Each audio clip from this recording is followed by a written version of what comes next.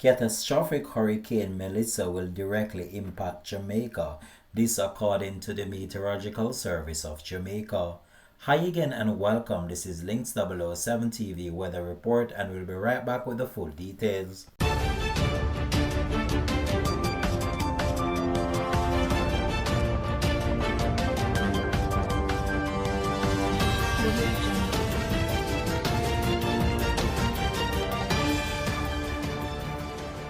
Welcome back and thanks for joining us. This is Links 007 TV News Report. Principal Director of the Meteorological Service of Jamaica, Evan Thompson, has warned that today is the last day for Jamaicans to prepare for what is expected to be a catastrophic Melissa hurricane that will directly impact Jamaica early next week. He was addressing a special press briefing at the office of the Prime Minister to update the country on the government's plan and level of preparedness to deal with the approaching weather system. Mr. Thompson said that based on the projections, Melissa is expected to dump far more water on Jamaica than any other previous weather system. Thank you very much, Minister, and very good morning to everyone. It has been a long few days and lots of activity, and of course now we're faced by the information of a tropical storm that's rapidly developing and moving closer and closer to Jamaica. The latest bulletin that was issued this morning would have been bulletin number 29 that was issued at 11 o'clock. And just to give you an idea of some of the information that is there, while I'm hoping that we will be able to show a few slides, some images that I captured. The latest position was at 16.5 north and 75.1 west. Now that means that the system still has not moved very much. The movement has still only been about 2 miles per hour. And that has been the situation for the past 24 hours. No significant movement. There has been some strengthening, however, where the system has actually moved from a storm at wind speeds of 45 kilometers per hour to 60 to 65 and now reaching 110 kilometers per hour. At 119 kilometers per hour, it would be classified as a hurricane. So it is really on the brink of becoming a hurricane moving still toward Jamaica. The expectation, well, the system is currently moving toward the northwest, and that is or west-northwest, and that is at just 1 mile per hour. And it is packing winds, as I said, of 110 kilometers per hour. Now that system is expected to continue moving toward the west-northwest. You would see one image here that gives you an idea of what the mass of clouds associated with the system look like. And if you look into that black area, at the center of the black, almost a circle, you'll see where the eye of the system is located. Very little movement, but it is drifting closer to the island of Jamaica, the eastern part of Jamaica, that's moving toward the northwest at only 1 mile or 2 miles per hour. Now it's expected to continue that motion throughout much of today, and then it is going to be moving toward the west. To move westward along the southern, let me move to something that will show you a little bit more. There we go. If we take a look at this, it might be a bit small for you, but those black circles indicate the position of the system in the projected track. So it's expected to move toward the west, and when it is south of Jamaica, south of Clarendon in particular, it's expected to start moving toward the north. At that time, it is expected to be all this time it is expected to be a major hurricane, because what we're expecting after today is that there will be rapid intensification of this system.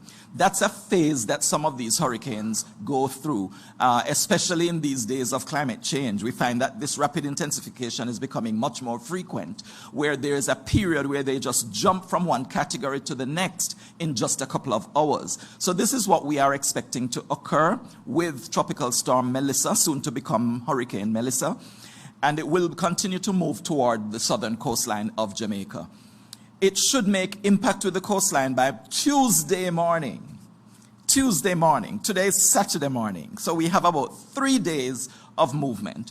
During this period, we will be experiencing quite a bit of rainfall because the rains are expected to begin any time now. You would have experienced some brief showers already, but because of that cloud mass that you would see on the earlier image, I'll show you this one in a little while. Well, we can take a look at this closer one. You'll see that we are basically starting to experience the rainfall, Jamaica to the western side, the left side of the image. So the system will continue to advance closer to us. So we'll be into more of the oranges and the darker shades going into the black as we move through this weekend. So much of that rainfall will be moving across Jamaica, and that, of course, will be producing significant flooding over sections of the country. That is what would be expected with this amount of rainfall. The projection, I'll show you this chart, which shows us in that pink area. This is where the rainfall is expected what it's expected to look like, where the rain is concerned. And we're seeing that in the chart to the right, it shows 20 to 30 inches of rainfall. This is really an estimate. A better guide actually suggests that it will be more like 15 to 25 millimeters. Sorry, 15 to 25 inches of rainfall that will move across Jamaica over the next few days.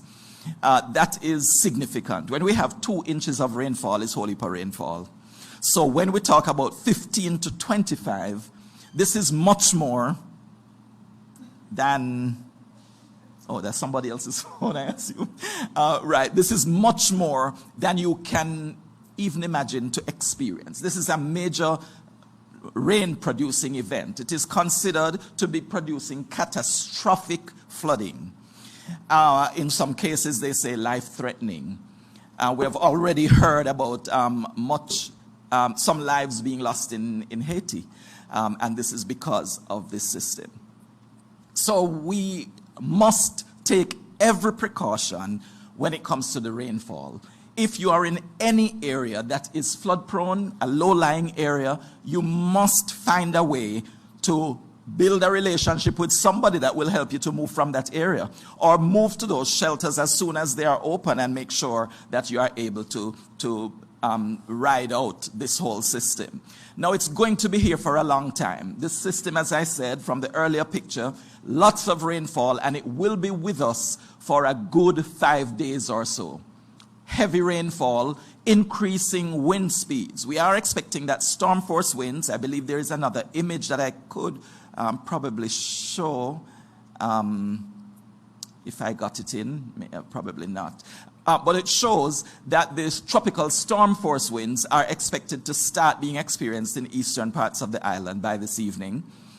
And then as we go through tomorrow, those storm force winds will continue right across the country. We expect that we will experience the hurricane force winds starting to impact the island on Monday morning. It's likely that it will be Monday morning. So we are going to go through almost 48 hours of storm force winds affecting sections of the island before the hurricane force winds actually begin to impact us. And that is expected to continue right through Monday, right through Tuesday, right through Wednesday. And then we could be starting to experience some weakening in terms of the wind speeds. But hurricanes have a way, even if the center has moved away from you, the impact of the system usually continues for another 2 days. So expect that throughout next week, we will be impacted by this system. It will be very difficult to move around. It will not be, even after the system has basically said that it is moving away. I had a discussion with representatives from the National Hurricane Center in the US just before I came here.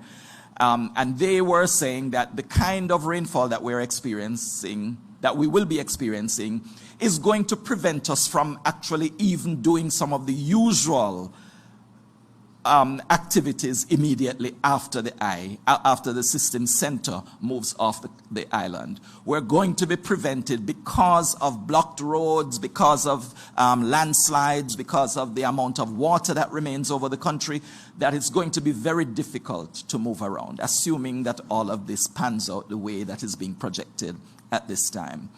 So it will be a major hurricane. What is projected right now is that it will be a Category 4 hurricane that makes impact on the island. It will likely decrease as it moves toward the north coast, but a Category 4 hurricane is more than we have experienced before moving across the island. Gilbert was a Category 3 hurricane when it moved over Jamaica. It became Category 4 when it was heading to the Cayman Islands. Ivan was a Category 4 hurricane, yes, but the center did not pass over the island. Beryl was also a Category 4 hurricane, but it also did not impact us with a landfall. It was a direct hit because we've got the heavy rainfall and the associated weather, but it did not move over the island in terms of the center of the system. We have not had this experience before, so it's important for us to consider this as an extraordinary situation. As you can see, the center is expected to move off the island later on Tuesday, but the conditions are expected to linger even as the situation, as the center or as the hurricane itself starts to move even over eastern Cuba. We will continue to experience spiral bands from the system moving across the island. Those can produce more torrential rainfall. Lots more of the flooding is likely to take place even after the eye of the system has moved off the country. So those are the images that I wanted to share with you at this time. There is also the concern of storm surge.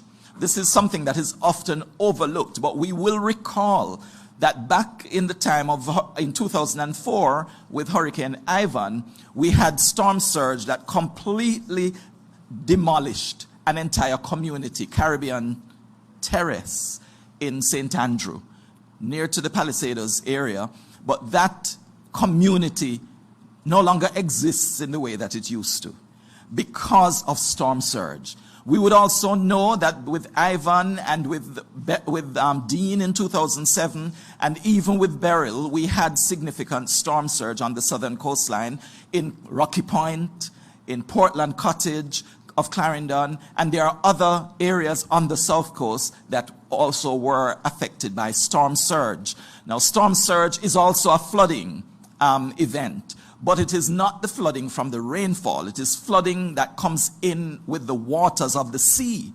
With these tremendous winds that a Category 4 hurricane could produce, that will push the water onto the shoreline from the water of the sea onto the shoreline. And with it pulling back into the sea, it takes even houses and communities possibly back into the sea along with it. So if you are living anywhere near a coastline, it is important that you pay attention to the fact that storm surge is a real potential. What will make a difference in terms of how badly you're affected by the storm surge is where exactly the center makes landfall. On the right side, or the eastern side of that center, the storm surge will be at its maximum. So if the center of the system passes over western Clarendon, for example, along the coast, the eastern part of Clarendon will experience significant storm surge, and this could be up to like 8 feet or maybe more. So we will give you more details later in our later bulletins of the height of the storm surge. We'll try to see if we can also produce some maps that will indicate how far inland the storm surge will impact, so that those persons who are some distance from the coastline but still in the low-lying area would also have an idea of what to expect. Of course, that's where we are concerned with places, even in the St. Andrew, Kingston area, even coastal St. Catherine, that could be affected by storm surge. Port Royal comes to mind, and there are also communities associated with Portmore as you move toward the coast as well, that would be at risk from storm surge because of this system. As I said, it is it is what is called a catastrophic hurricane. That is what is expected to not only pass the island, but move directly over the island. I'm sure there will be some questions afterwards, but that's the information. Yes. I'm going to keep you here, which is not usually the way we do things. Usually wait until the end. But you gave a very important update, and it is extremely, extremely frightening. And so we want to take some questions. I know that we have one question already. Can I get the microphone so that we can get that question answered? So you're saying today we're going to feel rain. There's going to be rain. Yes, we will start to experience some rain today, but tomorrow throughout the day is when we expect that the rain will increase. And so today is really the last day to do what you have to do on the outside. Right. Don't expect to do anything tomorrow or any time between now and next week Friday. Okay. All right, let's take the first question. Thank you, Cheryl, for subbing today. Thanks, Cheryl. Mr. Thompson, Arthur from the Jamaica there. Yes. Quick check. You keep saying the eastern side, the western side will have rain. My granny in Trinityville or my friend in Moko wants to know which communities should start expecting rains and where should we tell people move, evacuate. That's what we want to share, not just eastern and western. Which communities should we say move now? All right. As the system, thank you, Arthur, for the question. As the system moves closer and closer to the island, we will start to experience the heavy rainfall. Mainly, I would start by saying in eastern parts of the island, but then I'll continue by saying parts of St. Thomas. I won't be able to name communities, but as we move across St. Thomas, Portland, the Kingston and St. Andrew area, that's where the rainfall is going to start. As it progresses, then we'll start to see St. Mary being included. All the communities in St. Mary will be moving over to St. Catherine, moving over to Clarendon and Manchester, and in the north to some extent St. Anne. But because the system is going to be approaching more from the southern side, below the country, if you're looking at the map, we're going to experience more of the rainfall at that point. As we go through Sunday and into Monday, the rainfall will become heaviest mainly St. Thomas, Kingston, St. Andrew, St. Catherine, Clarendon, Manchester, going across into St. Elizabeth and eventually Westmoreland to a lesser extent, slightly lesser extent. But as I mentioned before, we're talking about amounts of rainfall that you have not been accustomed to experiencing. And the other parts of the island will also get significant rainfall. Our bulletin had indicated that western parts of the island will also experience significant rainfall, which is also unusual, but most of it will occur over those parishes that were named. Parts of Trelawney, St.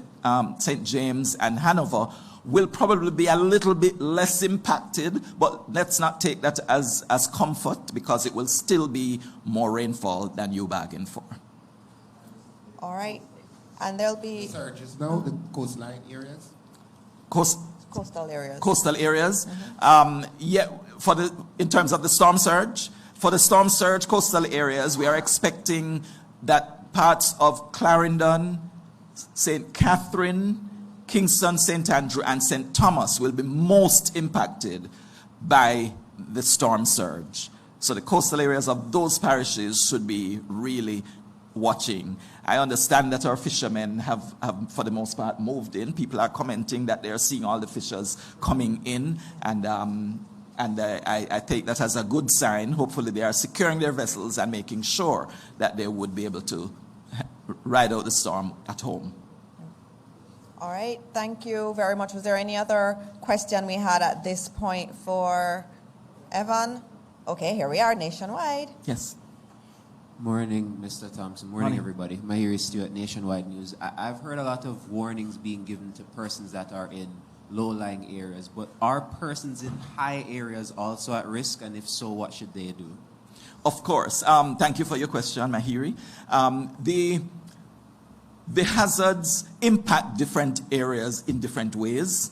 But if you are living in a hilly area, there is the landslide hazard that is a real possibility. is an eventuality. It is going to occur. We're going to have landslides, and some areas are well known for land slippages. Others might not be as well known, but because the soil is already basically saturated and with the extent of rainfall expected, we're going to have more communities along hill slopes, steep hill slopes, that will be impacted by landslides. The matter of the wind is usually increased over hills. If you are living on a hillside or on a mountains, it's lovely views from there, but it also puts you at increased risk for wind damage. And that is because there is a resultant flow. Apart from the impact of the winds from the hurricane directly, there is the resultant flow in that what hits the ground also rises up the mountains and the hills. So you have that both things coming together and adding to the extent of the wind speeds that are experienced over slopes. That will be mostly on the slopes toward the south side of the island as the system progresses, because you will have more of the wind coming onto the coast from the south. Right, so is it safe to then say that there's no quote-unquote ideal area to be in, given the fact that all areas seem to be affected in some way by the system? Unfortunately, you are correct with that. There's nowhere that will escape the wrath of this hurricane. The impact may be somewhat lesser for the northwestern part of the island, that would include Hanover, St. James, and Trelawney. Possibly the impact is going to be less, and maybe a part of the west, at least the western part of St. Anne. But otherwise, it's going to be more. So they will still experience quite a number of these hazards affecting their area, but it may not be as much as those in St. Thomas, for example. All right. One more question? Sure, that's fine. Minister, just got one Sure. from one of our listeners who says, when you say 15 to 25 inches... Stand up, please. Well, stand up. They want to see your face on camera. Evan, when you say 15 to 25 inches of rain, should that mean for the farmer in Mavis Bank or the person in Arborview? What does 15 to 25 inches of rain mean? I wish I could even describe it, because we don't normally get that kind of rainfall. But if you have experienced any of our major rainfall producers in the past, this is going to be more. You would recall when Hurricane Wilma was developing in 2005, when some of us will recall, Hurricane Wilma developed off the southwestern coast of Jamaica in October as well. And while that was developing, there was so much rainfall over the island that there was widespread, extensive flooding over all parishes. That is, we are expecting more than Wilma. If you are thinking also of, there was Nicole that moved over. It did not make landfall to over Jamaica either. It was east of the island, but the rainfall that it was experienced across Jamaica was again significant. And if anyone can remember that event, that is also a good marker, but it is going to be more. We haven't seen this kind of... We have to bear in mind also, I should point out that with the slow movement of the system, it doesn't allow you to recover. It's not like it's going to just move off and then gradually the water runs off. It's going to sit there pouring water while it's barely moving. And that is a significant challenge that we have to be aware of. It's going to cause significant, widespread, catastrophic, life-threatening floods, as long as what is predicted does take place. There's a small window of a change in a track, but even in my discussion with the Hurricane Center this morning, they said that window is closing because it is getting a little bit closer, and all the models are becoming more in agreement with where the system will go. All right. Any more questions? So any last words, Evan, to Jamaica? There are a lot of anxious Jamaicans who are just worried about what's going to happen. What would you say to them on Saturday morning at 11:05 a.m.?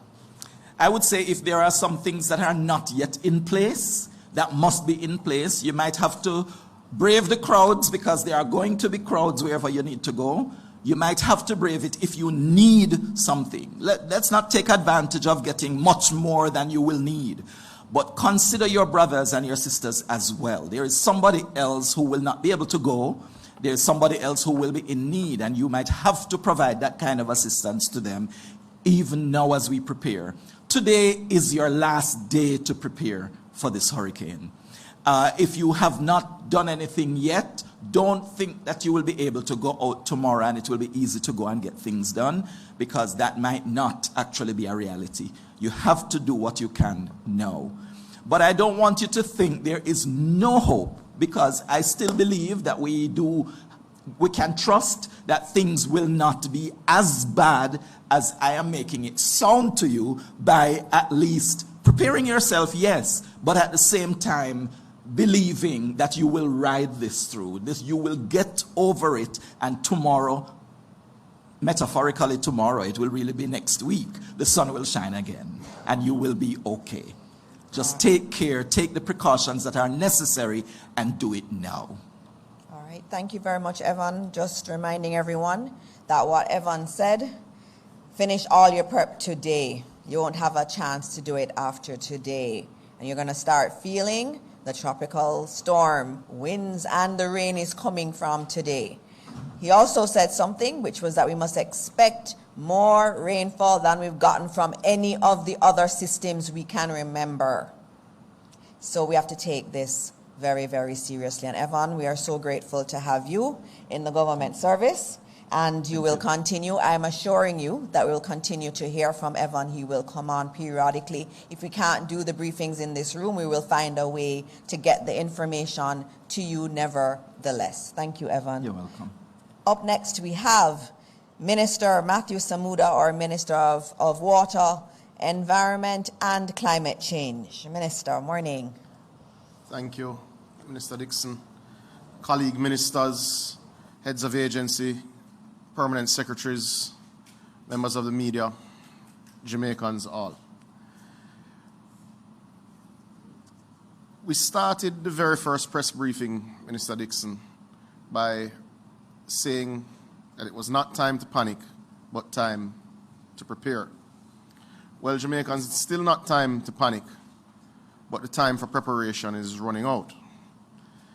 From that perspective, I want to not thank Evan for his words, but thank him for the hours that he and his team have been putting in, certainly over the last 2 or so weeks, in monitoring this critical weather system. The Met Service is operating 24 hours a day, as it always does, but operating at full throttle to ensure that the information that we all need to prepare and to plan is indeed made available. But to Mr. Hall from the Observer's question, let us not have anyone in Jamaica, in any corner, think that they will escape effect. Let us be clear with every Jamaican that this is a large, slow-moving, dangerous storm, and that it is in your interest to A, listen to reputable news sources, B, ignore sources that are proven to be misinformation on a regular basis, and to tune to those sources that we have told you about before, so that you have the accurate information in a timely fashion that allows you to plan and take the appropriate action. These sources, as we have said, Minister Dixon, are the JIS through the Ministry of Education and Information, certainly the Ministry of Local Government and ODPEM, the Met Services channels, the Prime Minister's channels, the Office of the Prime Minister's channels, the Ministry of Water, Environment and Climate Change channels. Stick to official government sources and reputable media houses for your briefings and for your updates as to the state of the storm, because it is a slow-moving, very wet, very dangerous storm, and we all know the areas that are affected by flood, by land slippage, and certainly that are affected because of being marooned when they are cut off because of trees falling. So stick to the reputable sources. Beyond that, I want to update the country that NWC's emergency protocols are now all in place. We have taken an additional step from the updates which were provided yesterday. We have moved to secure power supply additionally for our loading bays, for our trucking services. We have also moved to secure accommodation very close to our loading bays for the officers who will be needed to be in place so that trucks can immediately start to move once we have the all clear from ODPEM to start distributing water, even while we turn on additional systems. Now, as we have said in the past, priority is given to hospitals, infirmaries, and indeed places of detention, and of course places of safety for our children, because that is where they are unable to help themselves in a particular way. But we can assure you that what we have updated is indeed in place. The steps we have taken for power supply, we believe, make us more resilient, certainly than we were a year ago, and we will continue to build on that resilience. But now is the time, as we believe we're wrapping up our preparations for the event. As Evan has said, we expect to start experiencing storm conditions this evening. Sometime tomorrow, we will close off our intakes so that we reduce siltation in our reservoirs and major storage areas, so that we're able to restart the systems as soon as our energy supply turns on, either the temporary energy supply or JPS. This is a serious storm, but we are working with our international partners, certainly through the National Hurricane Center, who coordinate their information through the Met Service to give you the information that you need. We can confirm that we're working with all of our local partners also to make sure that we're able to respond to need for urgent water supply immediately after the storm, Minister Dixon. So with that, I will take my leave and head out. Thank you. You can't go yet. We have a meeting after this. But up next, we have a very important update from a very important minister, Minister Green. And agriculture is the backbone of this country. And as you heard from Evan in terms of the amount of rainfall that we are expecting, there is a threat there, and also our fisher folk have been listening to you, Minister, and we thank you for your guidance. We see you out there doing the work. We see you all over St. Elizabeth and also briefing farmers. And so this morning we get to hear from Minister Floyd Green on his efforts and the efforts of his ministry. Minister.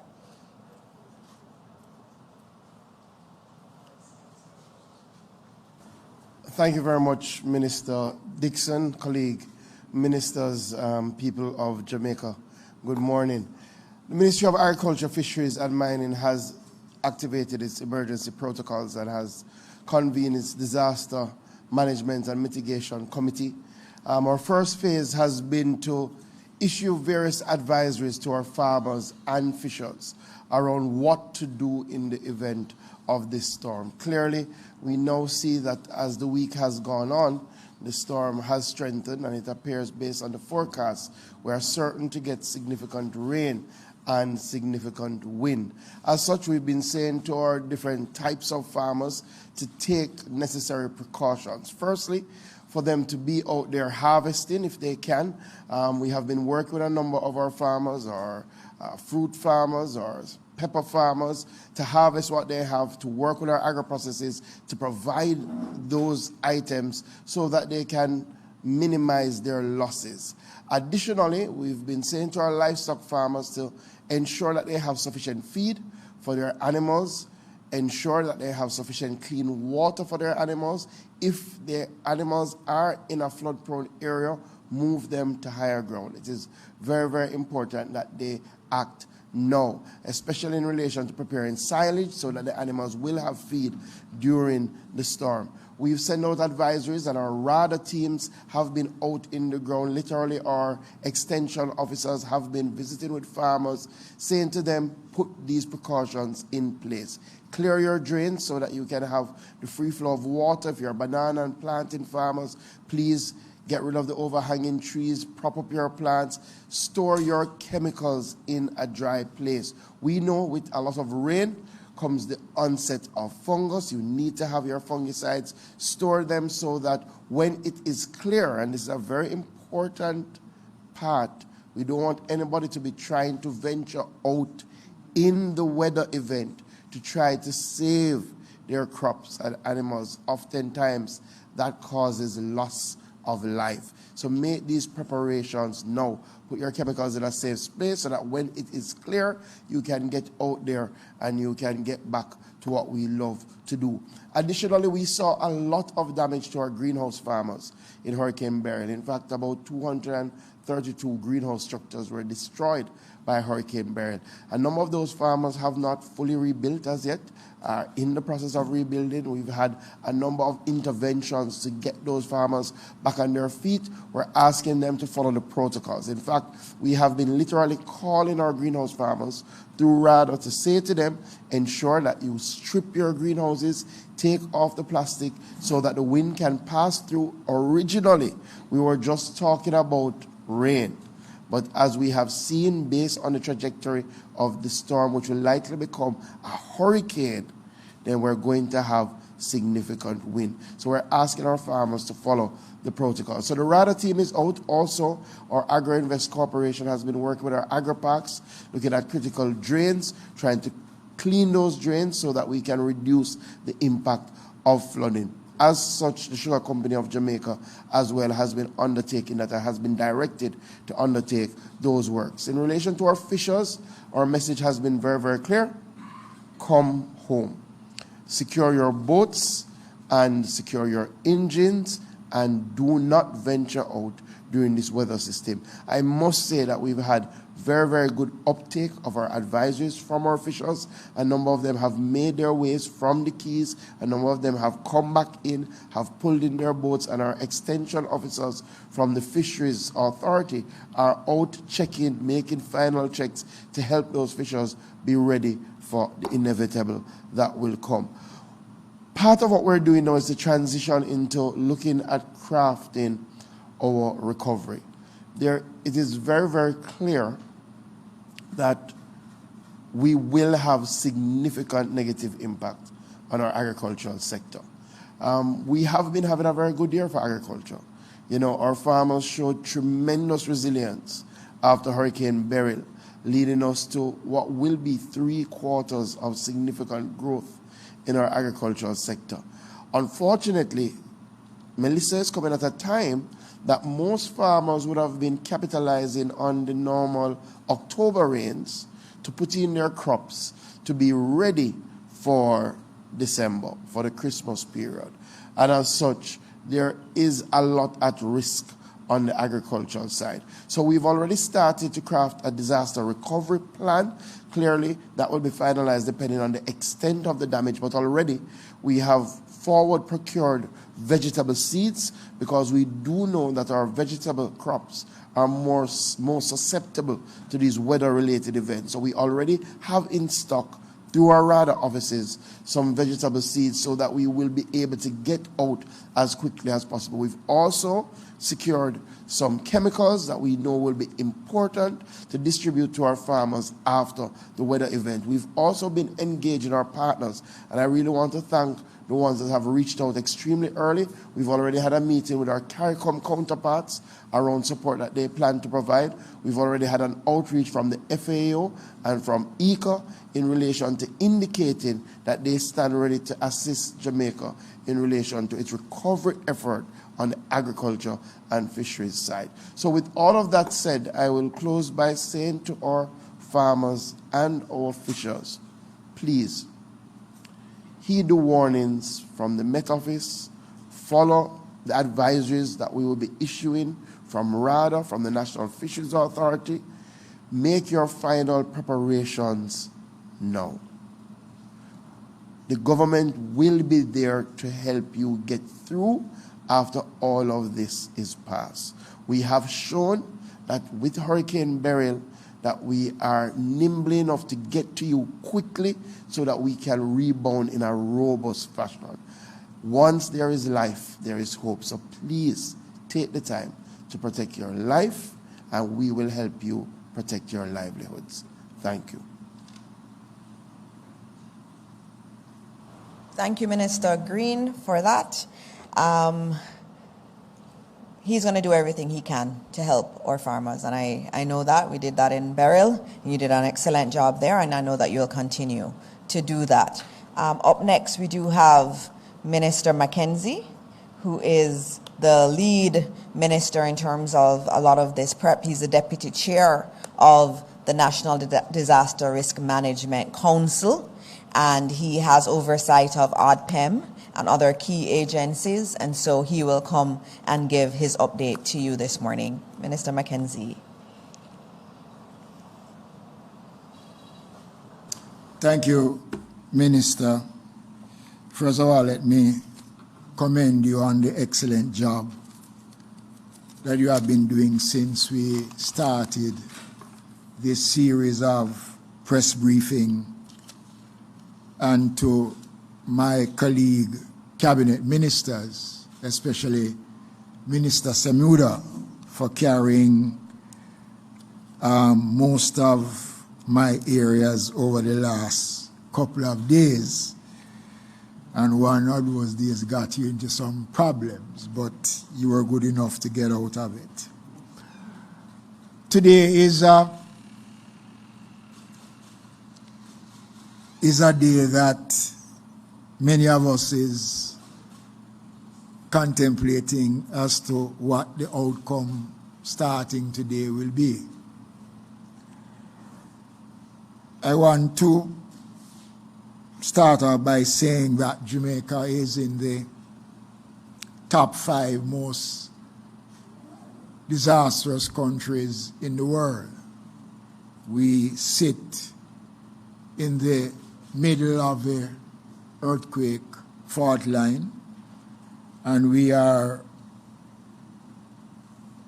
exposed to natural disasters.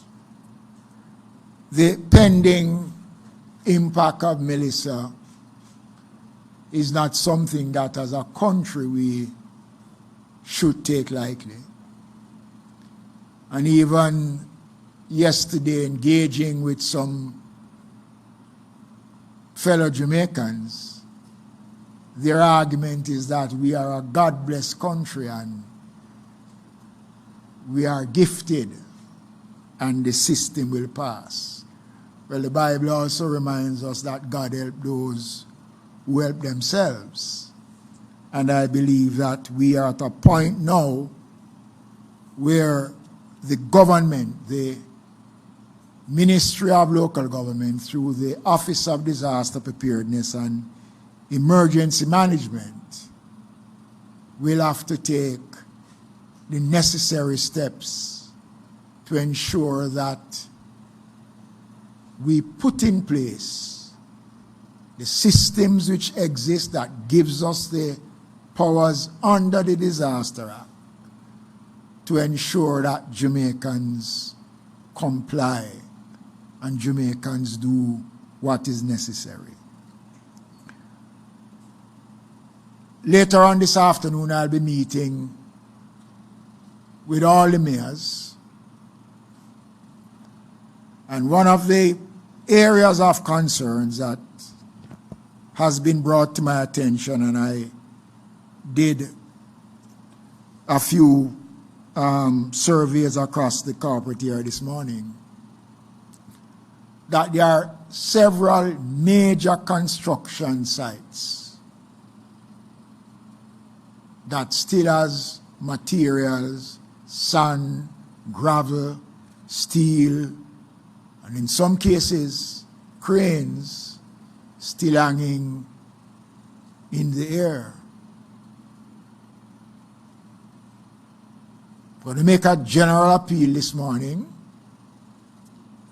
to all construction sites, not just only in the corporate here, but right across the country, that they must start to take the necessary steps to remove cranes, steels, sand, blocks, which will only contribute more to the blocking of our drains and can have devastating effects on individuals, people's property, and can result in extreme damage. Billboards should be taken down. And this is the work of the municipal corporations. So I am saying that all billboards should be taken down at this time and put in a safe place. You still have used car operators who continue to use the public thoroughfare to display their vehicles, park them overnight, just to advise that a team of wreck operators is presently combing the streets of the corporate area, and where we find these vehicles, we are going to remove them and take them to the Riverton City dump. We cannot afford to create human missiles that will hurt persons during this period. I am asking for the cooperation of those persons that I have just outlined a while ago. There has been some controversy coming from the opposition as it relates to the funds that they are claiming that they have not gotten to spend. And I want to spend a couple of minutes on it because I don't want the country to believe that this administration or myself as the minister in any way is playing politics with emergency. The municipal corporations, by law, is required to hold a percentage of the parochial revenue funds that they have. And the purpose of that is to respond to emergencies. Those funds should not be spent unless an emergency such as the one we are experiencing now is happening. And they are required to seek the permission of the ministry to spend those funds, because previously, before, that funds were used to do other things outside of emergencies. And in fairness to some of the MCs, they have been using the SGR, and they have said it publicly in response to the call. Some have not, because they have exhausted the SGR on other issues that are not emergency related. And they are therefore looking to the Ministry of Local Government to supplement what they have used outside of what is required. Funds have been earmarked. They were advised that they could use 2 months of the parochial revenue funds for drain cleaning. And I want the country to understand that the municipal corporations generate their own source of revenues that they can spend at their own ledger, that the ministry has nothing to do with. So the municipal corporations can find funds to do the work that is necessary. And I note that the opposition have mentioned that based on the survey that they did, all of the municipalities have said that they are not in a position for us to welcome Prime Minister. And I note that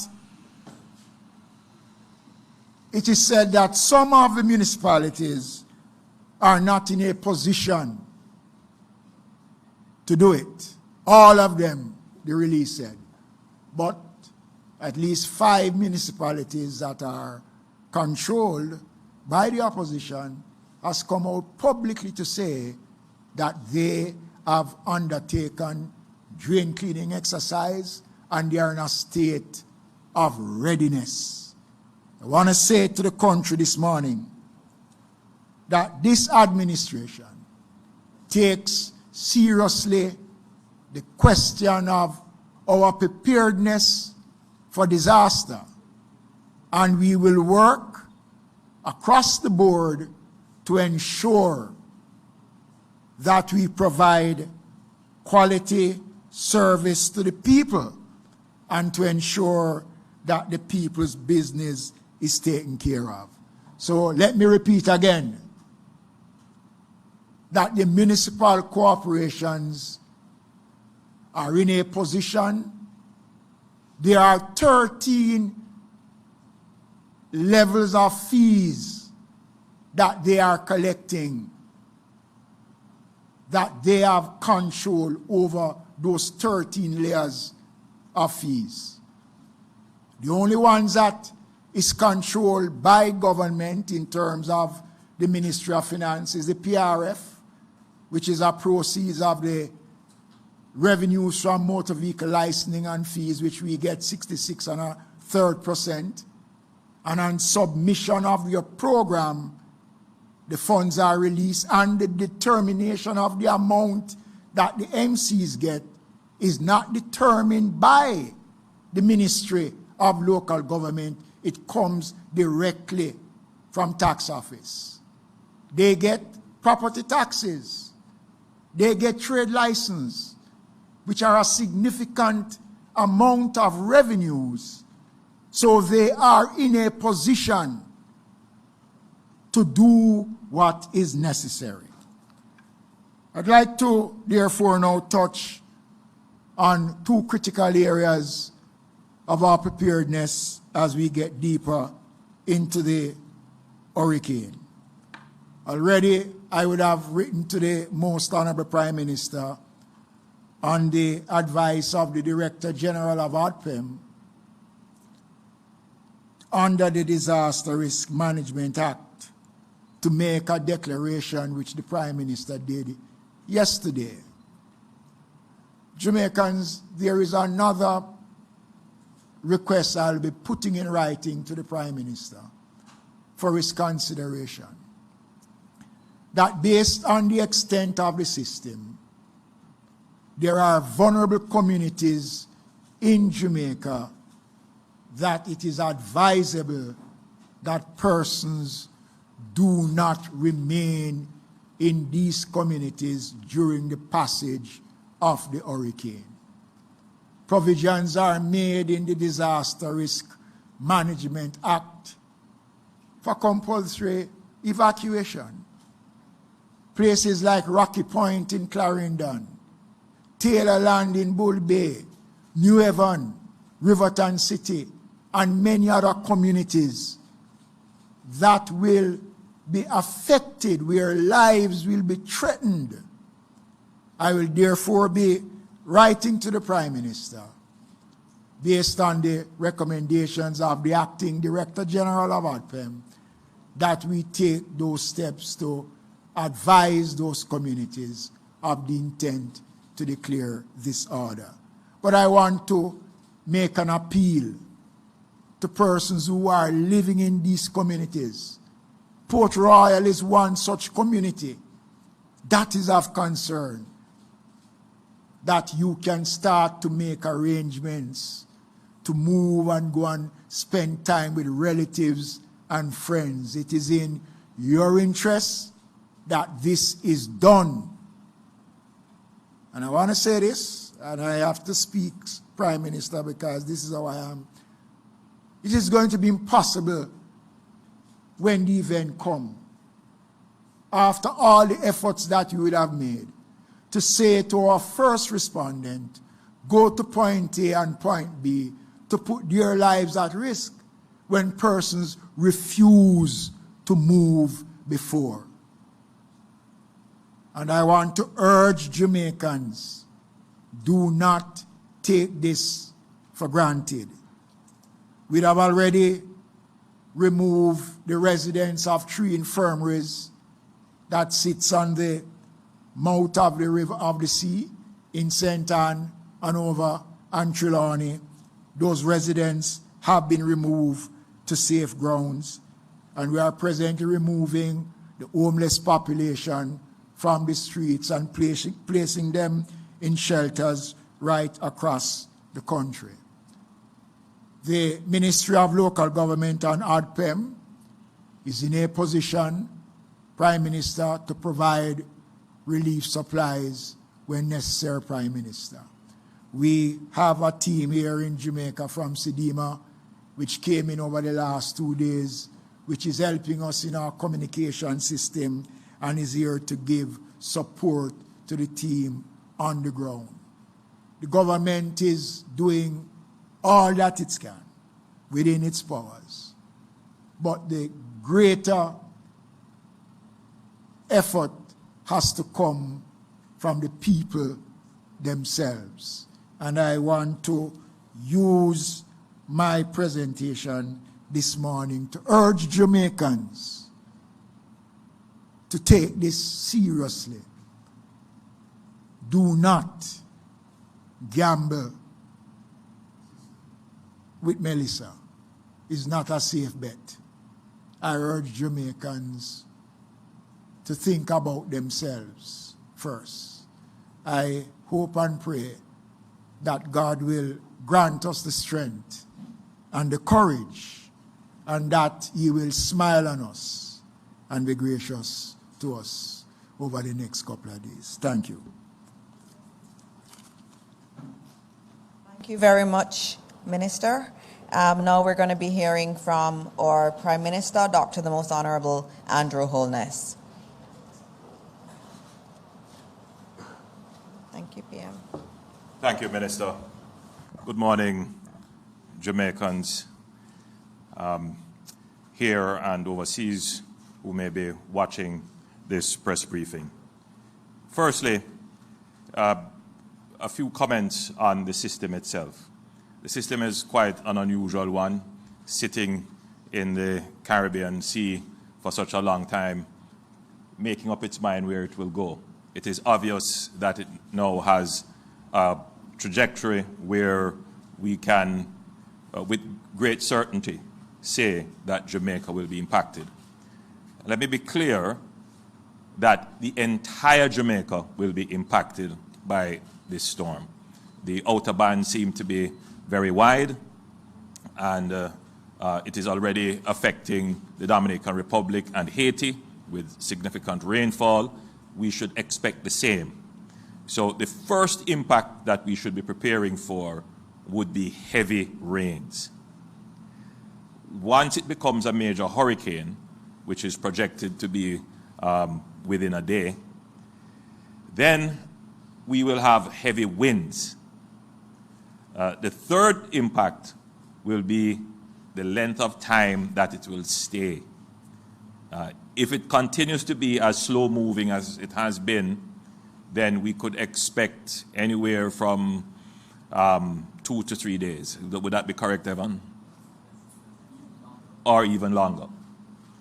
So those are the 3 things you should be, in your mind, be prepared for. Now, I know that there are many Jamaicans who are anxious, who are very concerned, and rightfully so. You should be concerned. But the best way to address anxiety and any nervousness and concern is to be prepared. So I would urge all my fellow citizens, everyone who is now feeling nervous, anxious, uncertain, that now is the time to be prepared. And the elements of preparedness for a hurricane would be, first of all, you want to protect your shelter. That's absolutely critical, because in a hurricane, you would need to be somewhere where you can be sheltered. Roofs, windows, start there. Battening down. I noticed that many Jamaicans are putting building blocks on their zinc and so forth. That is a solution, but a better option would be to use sandbags, which stay longer and are not likely to be blown off.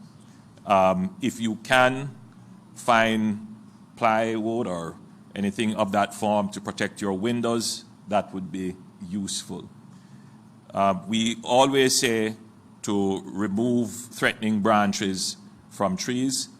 We have seen one incident where someone was injured trying to do that, so we advise that if you're doing that, be super careful in doing that. The next layer of preparation would be to look for areas that are vulnerable to flooding. If you find that your yard is below road level or in a water zone, meaning you have built in a river course, you're on a slope, you're near to the sea, you're in a low-lying area, you're close to or on a gully bank, or historically, you are in an area where the river may change course, you want to take protective measures. And again, simple sandbagging can be useful in directing water away from your shelter. Once you have sorted out your shelter issues, then you have to look for sustenance, food and water. Make sure that you have food that is non-perishable and water that is in proper containers, scaled to the number of persons who live in your household. Then you want to look for ensuring that you have at least some form of lighting, because it is highly likely that the electricity will go either preemptively or as a result of the storm itself. Batteries and flashlights are recommended. The good old home sweet home lamp is always there, but we're always very careful, last resort. Batteries and flashlights, today's technology with LED lights, you can have lights going for a little while in the night. Solar lamps are always good to have.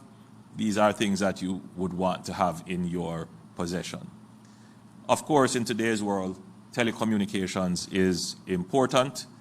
Make sure you have at least some credit if you use prepaid plans, that you keep your devices safe.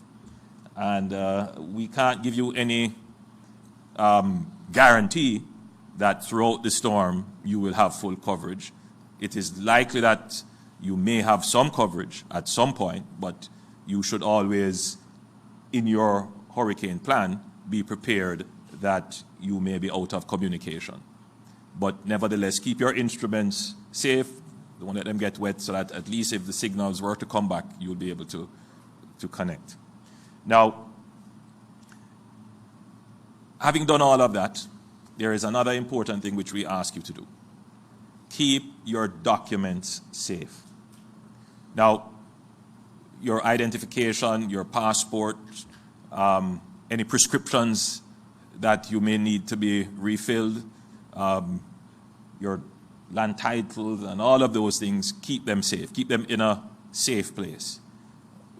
Yes, there would be distribution of benefits without the need for identification, but that would be very limited. In fact, in the humanitarian relief and recovery phase, I would say that most, if not all, the distribution of benefits will require some form of identification because of the accountability issues that, even though it's a hurricane, we can't suspend accountability. So keep your identification safe. There are some other things that we would want you to do in being prepared.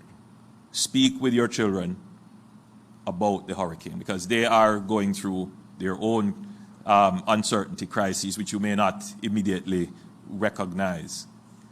They may not take it seriously. Some may think of it as fun, and they may run outside and run in the rain playing football, and accidents can happen. We urge you to have a frank discussion about what to expect in a hurricane and why it is important to stay sheltered during the hurricane. We don't want to have any deaths during the hurricane. And an important part of that is to keep your household inside safe.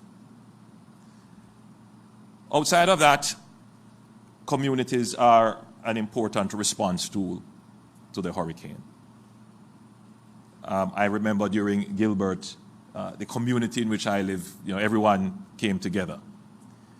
And that helped to keep the community safe. It helped to deal with emergencies and just good old sitting down, talking, dealing with the challenges that would have occurred. In today's parlance, we say it helps with the mental health. So community is important. Looking on your neighbor, reach out to your neighbor, find out what is happening, ask how you can help, or ask for help. Very important. Outside of that, there is the local government response. And Minister Mackenzie would have addressed this issue of what the local government is tasked and resourced to do. And then there is the national response. Now, I know that at this time, there are many persons who simply have no resources at all. They are not able to go to the supermarket and buy even one bag of crackers. I am aware. And we have tasked the Ministry of Social Security to start to pre-position supplies, but in all reality, we wouldn't be able to get supplies to everyone who is genuinely in need of the supplies. The most immediate first responder is usually, it's either your church or your member of parliament or your councillor, the police. So we are going to make provisions for the councillors and the members of parliament to be able to, where they can, because they are humans too and they wouldn't be able to be out in the storm, but as much as they can, we will resource them to be able to assist. They will, and I'll be clear with this, they will not be able to assist every case. It's just physically not possible. But in as much as cases are brought to their attention, their network of workers and community activists and so forth would have brought cases to their attention, then we can assist. We are very grateful and very thankful for the philanthropic organizations that exist in certain communities that are already starting to mobilize and doing work. We intend to reach out to most and cooperate with them and assist them in being able to get supplies and distribute. Which leads me to another point of preparedness nationally. And that at this time, there must be a unified position with all the civic stakeholders and all our political stakeholders. And so I have been in communication with the leader of the opposition. We should meet today at, I believe, 12:30, and I will give the opposition a full brief. I'm certain that they will have suggestions which we will listen to and take on board. And if determined, then we will have a Zoom call with members of parliament. I know many of them are in the field, so it depends on how many that we would be able to mobilize. But we have already provisioned them with resources to clean drains and gullies. I know many of them are out in the field supervising these works. From being a member of parliament myself and having gone through this many, many times over, your constituents are of the belief that every drain and every gully is going to be cleaned. That may not be possible. Certainly, you would need much more equipment mobilized than we have capabilities to do, much more supervision. And so what the MPs would be doing would be trying to concentrate on the main ones. That is where their efforts would be. So if you didn't see the drain running behind your yard being cleaned, don't believe that no work is happening. Work is happening, but it may not be in your locality. That is being monitored by the NWA, and we will get a report very soon as to how many drains we were able to clean. That is indeed a very important preemptive action when it comes to treating with flooding. So outside of that, from an administrative point of view, all our entities have been tasked and mobilized. I suspect all the officers understand what the mission is. It is, from all indications, it is going to be a direct hit, and all of Jamaica will be impacted.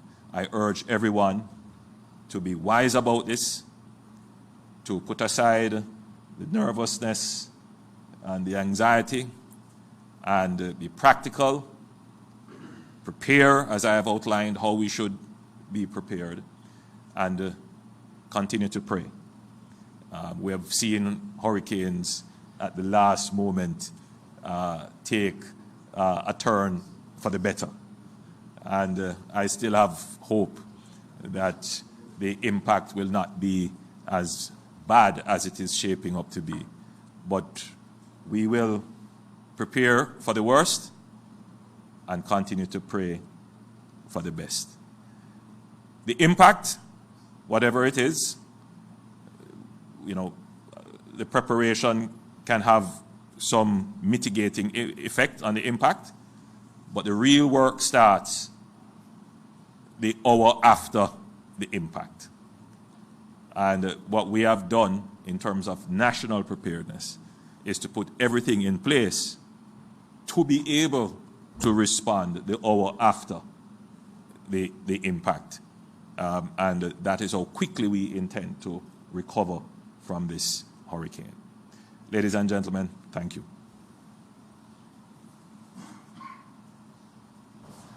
Okay, thank you, everyone. You would have heard earlier from Minister Vaz. You also heard from Minister Mackenzie, Minister Green, and also Minister Samuda. If you have any questions, and Prime Minister just closed out, and I see the Observer has the first question. Good morning. Good morning, still, Prime Minister. A quick one for you. You speak about the recovery. In your administration had started a cat bond with the World Bank with about US $150 million. Not sure if Hurricane Beryl triggered that catastrophe bond, and is it still in place? Still in place. Still in place. Melissa? Still in place, yes. And how will we trigger it, PM? No, I hope it's not triggered. As I stand here, I don't want it to be triggered. What triggers it? Yeah. It is dependent on the level of damage. And I think it's also dependent on the wind, the wind category. Mm-hmm. So we are hopeful that we don't have significant winds, which would translate to not having significant damage. All right. Nationwide. Morning, Prime Minister. Morning to the room again. Given, we spoke with Evan Thompson earlier, he was telling us that different places are at different risks based on their characteristics. Persons in hilly areas might be susceptible to landslides, those in the coast might be susceptible to flooding. Given that we have MPs in here, the question to all the MPs would be, based on the characteristics of your constituency, are there any special warnings you want to give to the constituents in terms of areas that may be susceptible to a different type of damage compared to somewhere else? Are there any specific instructions? Yeah, I mean, so I don't want to to call out areas. I usually leave that to the technical persons because I don't know all the areas. But let's take Port Royal, for example. So Port Royal is a low-lying area. Just the nature of that peninsula would leave it vulnerable. And we ask the persons there to take precautions. I would have come in at the tail end of the presentation of Minister Mackenzie. And I can understand the reluctance of persons who are attached to that community and attached to the land. They don't want to be displaced, and they want to be able to protect their assets. But my advice to them, because it's no advice, I'm awaiting the minister's recommendation for it to become a compulsory order to relocate, to evacuate. I would advise them to, if they don't want to go to a shelter, because a shelter would be open, and I believe the shelter, Minister Mackenzie, would be the arena and Windward Road Primary. I would recommend that they make contact with family and make arrangements to stay with family. Right? That's one area. The other area would be Rocky Point and the general Portland Cottage area. Those areas have historically flooded, even in Beryl. I know the residents there are quite resourceful, and I've seen some do the sandbanking, channeling, and all kinds of other measures. But given not just the severity in terms of the projected wind and rain, but this other dimension of the length of time that it will stay. If it stays very long, then even your best measures could be thwarted by just the duration of rainfall and wind. So I urge every Jamaican who are residing in these vulnerable areas to make plans to evacuate. Now, the compulsory evacuation comes with the provision of transportation. We won't be able to do it in all cases, but in most cases, I would say 90% of the cases, we will provide transportation to move you to safe ground. Outside of that, because the provision of transportation would be halted at a particular point in time, because that would be putting our drivers and buses and other persons in harm's way. After that, we would not be able to guarantee a response until after the hurricane. And so I'm just putting it very frankly that if you decide to violate an order to evacuate, you are essentially taking a risk with your life. All right. Thank you. Are there any other questions? None? All right. Thank you. Thank you, Prime Minister. Thank you. And thank you, everyone. And I think Minister Mackenzie just wanted to say something.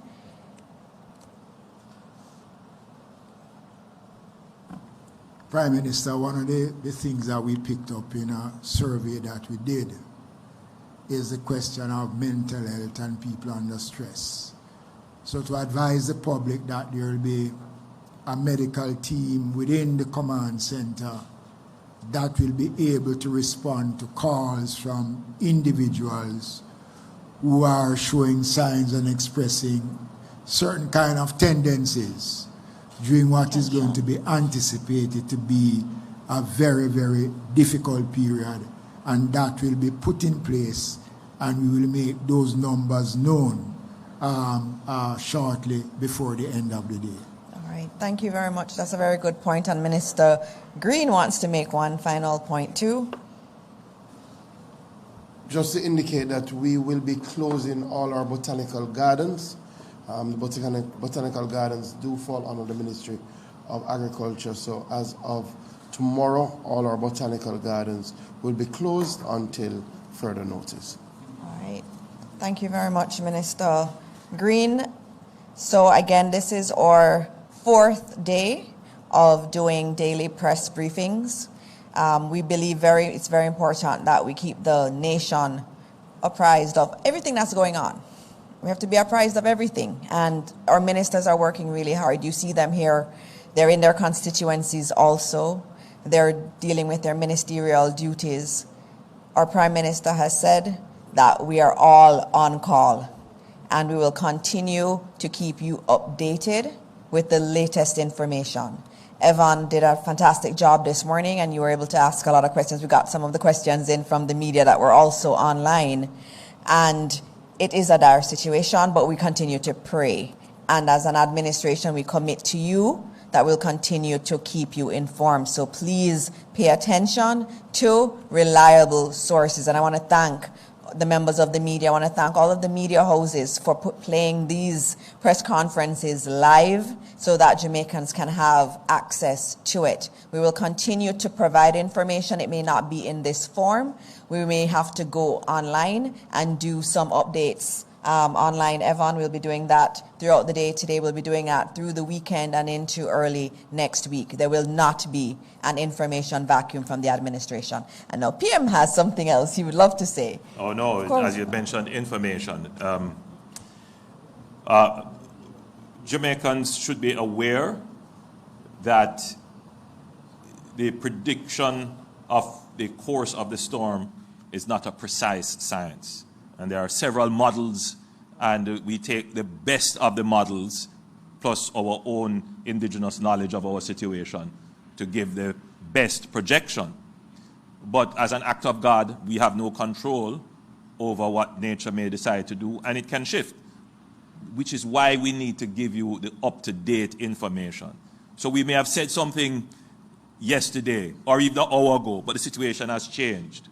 And so we need to bear that in mind. It's very important that we say this because in the decentralized media world in which we live in, where technically we have citizen journalists and every opinion can be broadcast, the impact of the broadcast of an opinion or information that is not accurate in the time of a disaster can have impactful consequences and can impact the outcome of the efforts. So I'm urging everyone to be, at this time, responsible. Use social media for what it was designed to be, social, not anti-social media. So let's use the media for the positive reassurance. Of course, bring to attention issues that may occur, but don't use it as a means to create depression in the minds of citizens. And many persons going through very difficult times now, as I've said earlier, uncertain times, and we need to be cautious of that. Secondly, I did not recall to mention in my presentation that a part of managing the response to the pandemic is to manage trade and commerce, to ensure that our supermarkets, our shops are properly stocked and that our distributors have stocks in their warehouses. I have been briefed by the Minister of Industry and Commerce that the trades have reported that they have sufficient stock to carry us through the initial phase of the weather event and to carry us even during the relief and recovery phase. One of the challenges we have picked up is that because the hurricane has been not so definitive in when and where, persons may have taken actions that would have seen either the closure of hardwares or supermarkets, and so there are persons who still have not been prepared and are finding it now difficult at the last moment. So I'm going to take this platform. We're not going to be using any of the powers that we could use under the RMA, but we're taking this platform to urge our suppliers and distributors to consider keeping their shops and warehouses and supermarkets open for as long as possible to ensure that our citizens are able to get supplies. I believe that we could do this even up to tomorrow early. Evan? Today. Yes, the rains will start by tomorrow. So as long as you can keep your, of course, we're asking you to use your discretion and judgment in this matter, but I'm still making the appeal for as long as you can to keep your supermarkets, your shops, your corner shops open so that people can get supplies for as long as you can. Thank you, everyone. Thank you. Is there another question? No. Okay. All right. Wonderful. Thank you all. And as I said, we'll continue updating you. Please pay attention to GIS, Met Office, ODPEM, the Prime Minister's page. You will be getting information throughout today, throughout the weekend, and into early next week. It is a hurricane. It is not something that is an exact science. So anything can happen. It can turn. And so we have to make sure that we know what is happening. So please keep informed, and we will keep informing you. And as always, as we end today, we pray that God will continue to bless Jamaica land we love. Thank you. This has been Links 007 TV Weather Report, and we'll continue to track the system as it moves closer to Jamaica. Thanks for watching.